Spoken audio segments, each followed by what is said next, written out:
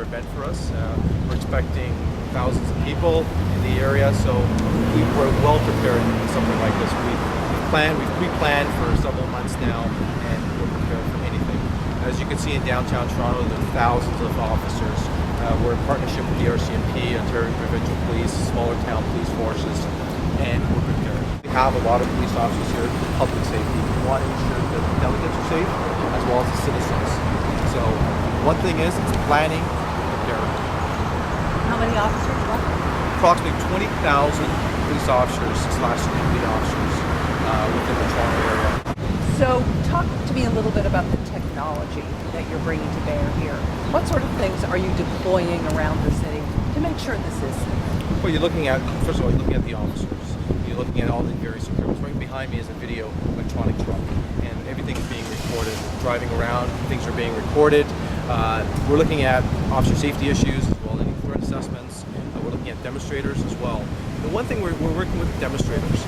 We have a community group of people. They're going out, they're being proactive, they're talking to the demonstrators, and we're trying to build relationships with those demonstrators. Everyone has a right to express their views.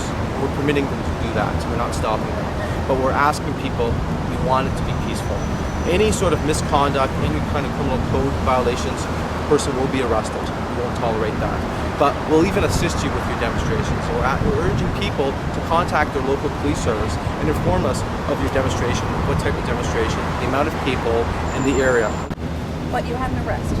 We've had a few arrests, but again, that's any sort of demonstrations. Unfortunately, there are a few arrests. But this guy who was in court this morning, explosives, weapons, this doesn't sound like free speech.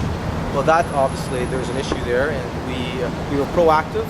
The officers conducted a search warrant yesterday in Toronto at an address in the Bathurst and Eglinton area. The person, I can say he's in his 30s, he was arrested, he was brought to a station, processed, and he was in court today, and he's facing various serious charges. When you're demonstrating peacefully, people will listen to you more, and we're here to help you, and it's about building relationships, and we're doing a great job at doing that. Some of the specific technologies that have been deployed have been a little bit controversial, and we have gotten some one of them are these machines that create loud noises. Explain to me what those are, how they're going to be used. In regards to the LRAD, it's simply a communication device just to direct members of the demonstrators and to assist them. It's simply a communication device.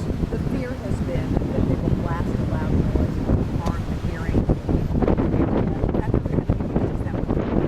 No, it's a communication device to direct protesters. Officers will provide advantage of communication. It's a communication strategy. That's all it is. It's not to blast out anybody. No, that's not the MPA. It's simply communication. Also, gas. I've seen officers walking around with gas masks.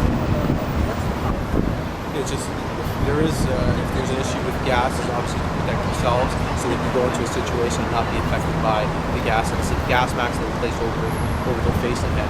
Is there a line that the demonstrators have to cross before you use that gas? And what is that? Would be the last resort.